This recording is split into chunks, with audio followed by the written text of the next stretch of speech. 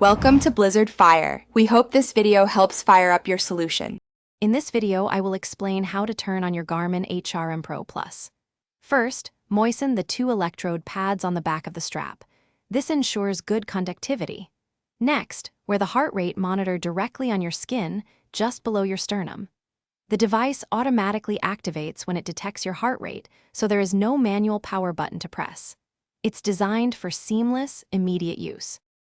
For accurate data, proper placement is key. Make sure the Garmin logo is right side up and centered on your chest. The strap should feel snug, but not so tight that it restricts your breathing or movement. Adjust the strap length to achieve a secure and comfortable fit, ensuring it stays in place throughout your workout. This helps maintain consistent contact for reliable heart rate readings. Once activated, you'll need to pair your HRM Pro Plus with a compatible device. Bring the heart rate monitor within 3 meters of your Garmin watch or cycling computer. Navigate to the sensor menu on your device, then select Add New or Search for sensors. Your HRM Pro Plus should appear in the list. Select it to complete the pairing process.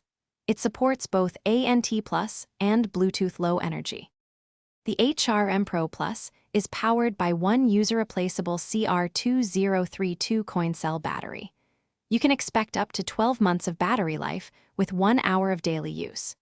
Your connected Garmin device will notify you when the battery level is low. To replace it, simply use a small Phillips head screwdriver to remove the 4 screws on the back of the module, then carefully swap out the old battery. Thanks for watching. If you found this helpful, don't forget to like and subscribe.